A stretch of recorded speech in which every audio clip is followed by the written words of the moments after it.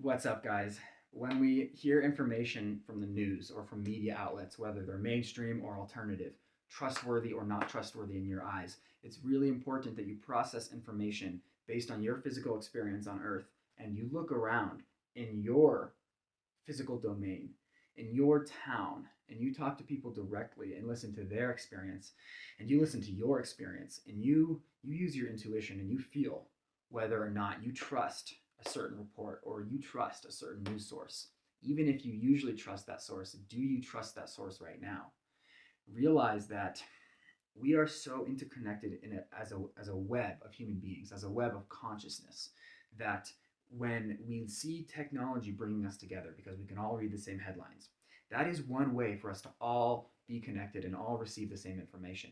But remember, 100th monkey and the idea of mycelium with mushroom and the network that spreads everywhere. We're electrically connected already. Our DNA is connected to everyone on the opposite side of the globe or the flat plane or whatever it is at all times.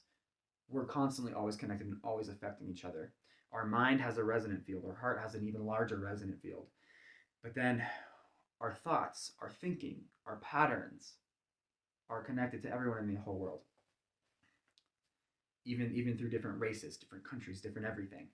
And so when you process information through a computer screen, through a television, through a phone, you need to relay it, or rather, I would suggest you relay it through your physical reality with your eyes looking out at your world and sit with it and say, does that seem true to me?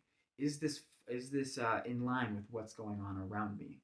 Now, of course, it's really easy to trust something that you read online for a few reasons. One being that pretty much all of the screens are programmed for us to subliminally intake messages and subconsciously accept everything that we see. So because of that, we need to process it in our physical reality, We can't get caught up in technology to the point to where we only use our brain when looking at technology. That's programming us to think a certain way because of flicker rates, frequencies, subliminal messages, psychological twisting of words and emotional manipulation. There's so much emotional manipulation going on. So I want to reiterate one more time that when you read something and you're in fear, or if you see something that is like, really? Or like, whoa, that's so extreme, you need to test it in yourself.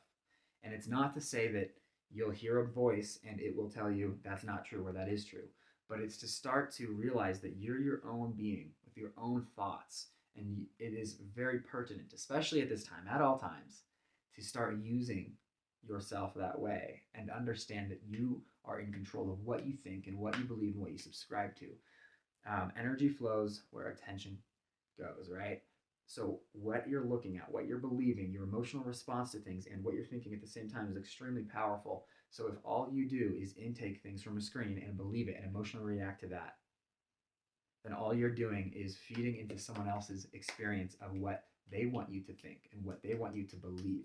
Now, I'm not saying don't ignore everything on the internet or on the TV, probably on the TV, but on the internet, there is information.